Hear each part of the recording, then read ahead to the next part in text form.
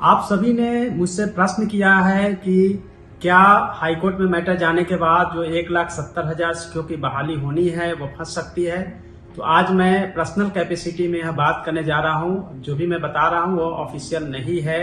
तो सबसे पहले हम देखेंगे न्यूज़पेपर के कटिंग को। न्यूज़पेपर आप देखेंगे आज की जो खबरें बनी है, पहले उस न्यूज को देखते हैं, उसके बाद हम आगे विश्लेषण करेंगे इसके बारे में। तो पहले न्यूज को हम देख लेते हैं कि न्यूज में क्या लिखा हुआ है। जैसा कि आप देख रहे हैं, लिखा है शिक्षक वैकेंसी, पहले हाईकोर्ट में केस और अब सड़क पर नियोजित शिक्षक। साथ ही अगर ऊपर देखेंगे तो लिखा है हाईकोर्ट में गर्मी की छुट्टी से ठीक पहले याचिका दायर, तो लिस्टिंग भी 1 माह के बाद ही, तब तक आ जाएगी वैकेंसी। तो हम एक एक करके पहले पढ़ने की कोशिश करेंगे कि क्या लिखा गया है। लिखा गया है राज्य में 1,70,000 शिक्षकों की भर्ती के लिए अगले सप्ताह बीपीएससी से वैकेंसी जारी होनी है। जिस विद्यालय अध्यापक नियुक्ति नियमावली 2023 के आधार पर नियुक्ति होनी है उसे हाईकोर्ट में चुनौती दी गई है। नियमावली के खिलाफ शिक्षक भी आंदोलन कर रहे हैं। पंचायत और नगर निकायों के नियोजित शिक्षकों की मांग है कि उन्हें बिना शर्त राजकर्मी का दर्जा दिया जाए।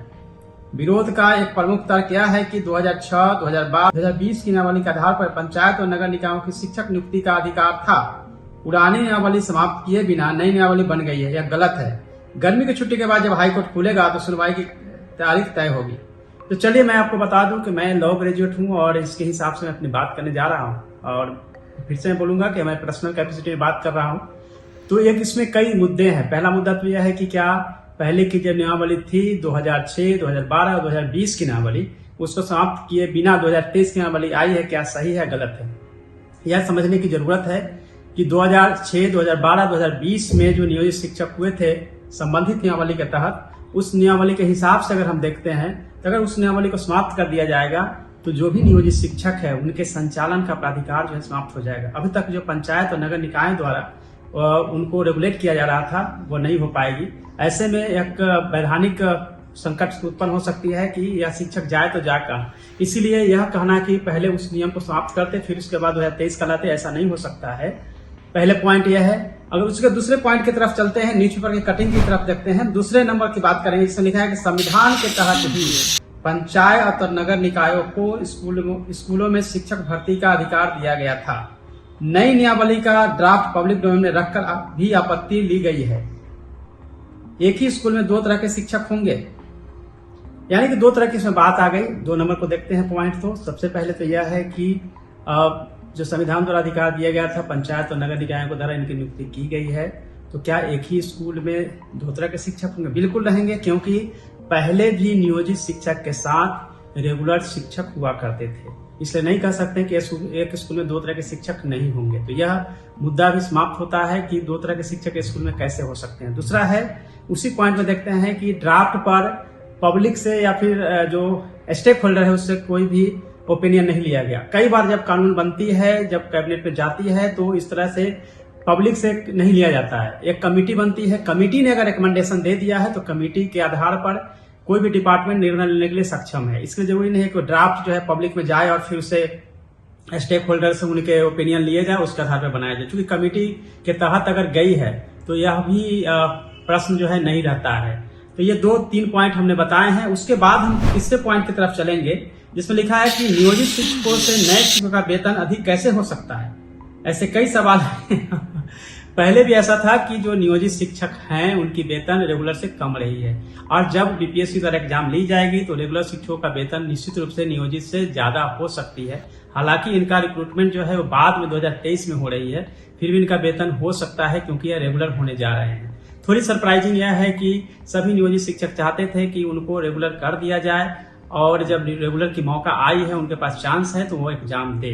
अब रही बात की 2002, 2006, 2012, 2020 के नियमावली का प्रॉब्लम यह है कि यदि जब तक यह नियोजित शिक्षक हैं इसको समाप्त नहीं किया जा सकता है, क्योंकि इसी नियम के तहत उनको लिया गया था। और यह जैसे पहले रेगुलर शिक्षक जो थे वो डाइंग कैडर था, यानी कि वो जैसे जैसे रिटायर हो रहे थे वो पद धीरे धीरे मरणशील होते जा रहा था, खत्म होते जा रहा था। लेकिन जो अभी नई नियमावली 2023 आई है जिसके तहत कैबिनेट से जो अप्रूव हुआ है, उसमें अब नियोजित शिक्षक का जो पद है वो डाइंग कर दिया गया, यानी कि मरणशील हो गया है। अब नियोजित शिक्षक जो रेगुलर टीचर बन जाते हैं, राजकर्मी का दर्जा उनको मिल जाता है, बाकी जो बच्चे हैं जो एग्जाम पास नहीं करते हैं, एग्जाम नहीं देना चाहते हैं, वो ऐसे ही नियोजित बना रहना चाहते हैं, वैसे कंडीशन में उनके पास यह लाभ है।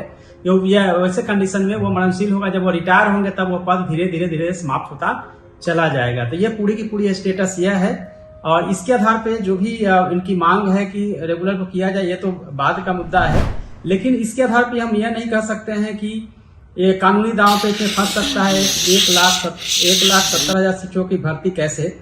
इस पे बहुत सारी बातें की गई है न्यूज़पेपर के में जो हम देख रहे हैं, लेकिन इतना जरूर है कि देखिए नियमावली एक बार बन गई है और सरकार ने निर्णय ले लिया है तो भर्ती तो होनी है।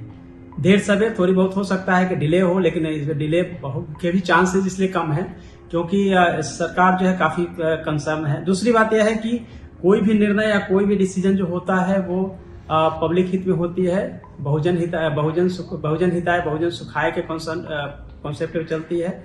एंड सेकेंड थिंग है कि स्टेट जो है वेलफेयर स्टेट है, वेलफेयर स्टेट होने के चलते हमेशा जो है जो बेहतर हो, एजुकेशन के लिए बेहतर हो, उसी पर निर्णय लिए जाते हैं, उसी के तहत जो कार्रवाई होती है।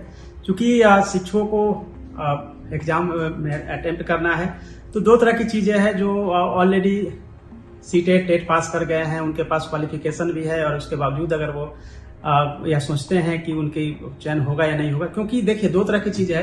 अगर आपके पास बहुत मार्क्स है तो कहीं भी हो सकती है, लेकिन अगर मार्क्स के बारे में आप कंफर्म नहीं है कि आपकी जॉब जो है नियोजित के तहत हो सकता था नहीं हो सकता था, अभी किस कंडीशन है उसमें आपके हाथ में सारी चीजें हैं। नंबर 1 कि आप एग्जाम क्रैक करेंगे, क्योंकि आपके हाथ में पढ़ेंगे तो आप एग्जाम आप जब निश्चित रूप से सफल हो सकते हैं, तो ये आपको फायदा है। दूसरा है कि राजकर्मी का दर्जा जिसके लिए लगातार आप लोग मांग कर रहे थे वो आपको मिलने जा रहा है, तो ये जो है सो वेलकम करना चाहिए। मेरी व्यक्तिगत राय है, बाकी आप लोग का जो भी कंसर्न हो सकता है और जो भी जरूरी होगा, जो भी अगर आप कोई कंफ्यूजन होगा तो कमेंट बॉक्स में जरूर लिखिएगा, उसके आधार पर आपको बताएंगे।